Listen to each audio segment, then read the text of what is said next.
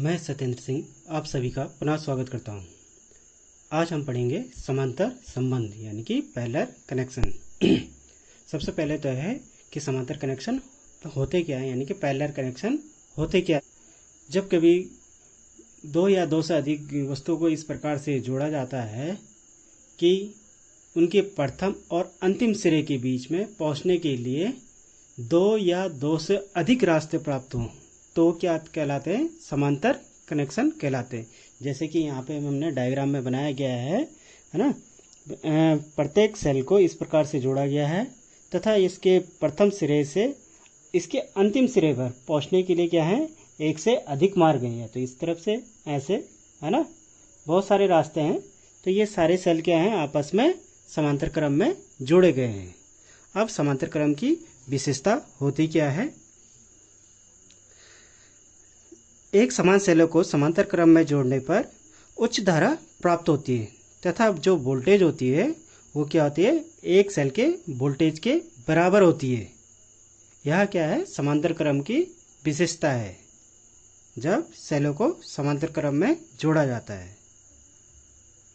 समांतर समूह की विशेषता एक और है कि क्या, सेल अथवा बैटरी समूह को समांतर क्रम में जोड़ते समय प्रत्येक सेल समान वोल्टता का होना चाहिए।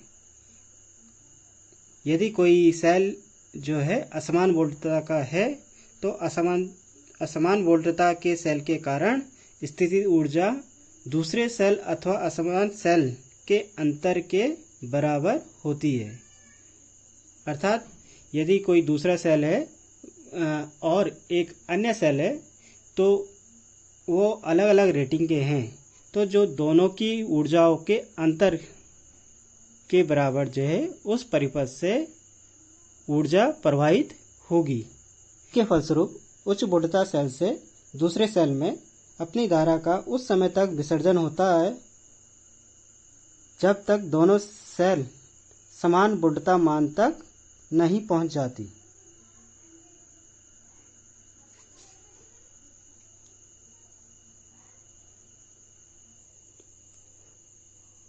अब यदि क्या है, एन सेलों को समांतर क्रम में जोड़ते हैं तो प्रत्येक सेल की ईएमएफ या वोल्टेज यदि ई हो तथा प्रत्येक सेल से प्रवाहित होने वाली धारा आई हो तो कुल वोल्टेज जो है प्रत्येक सेल के वोल्टेज के बराबर ही होगी तथा कुल धारा जो है प्रत्येक सेल के से निकलने वाली धाराओं का योगफल होगा, यानी कि I T equal to N into I. यदि एन सेल समांतर क्रम में जुड़े हों तथा किसी परिपथ में जिसका प्रतिरोध क्या हो, आर हो तथा सेल का आंतरिक प्रतिरोध आर हो, स्मॉल आर हो, तो इस स्थिति में क्या होगा, यदि जैसे यहाँ पे सर्किट में बनाया गया है, प्रत्येक सेलों को हमने समांतर क्रम में जोड़ा है और एक परिपथ में क्या है, एक आर प्रतिरोध जोड़ा गया है।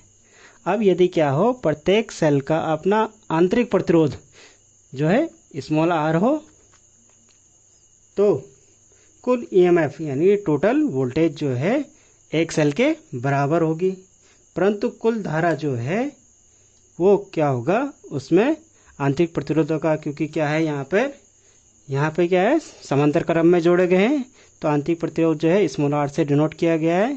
तो समांतर क्रम का जो प्रतिरोधों का जो संयोजन होता है और उसका जो सूत्र होता है 1/RT बराबर 1/R plus 1/R plus 1/R और इक्वल टू एन सेल यदि हों तो इनको सॉल्व करने के बाद इनका जो रेजिस्टेंस होगा टोटल स्मॉल आर यानी कुल आंतरिक प्रतिरोध जो होगा R/N होगा।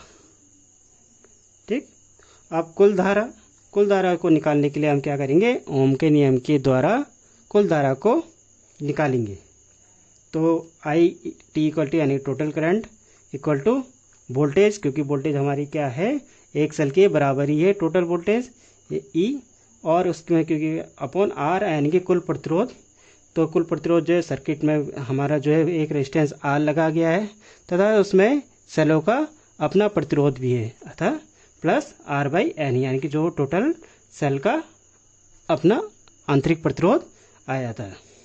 अतः इसे सॉल्व करने के बाद क्या करते हैं, है ना, यहाँ से एलसीएम लिया, सॉल्व किया, A upon N R plus small R upon N, और ये क्या होगा, इसका गुणनफल ऊपर चले जाएगा, यानी कि I T equal to N into E upon small N into capital R, यानी कि परिपथ का प्रतिरोध, प्लस स्मॉल आर यानी कि आंतरिक प्रतिरोध। अतः ये क्या है, कुल प्रवाहित होने वाली धारा है, जो क्या है N into E upon N R plus R. आप सभी खुश रहें, मस्त रहें और पढ़ाई करते रहें। धन्यवाद।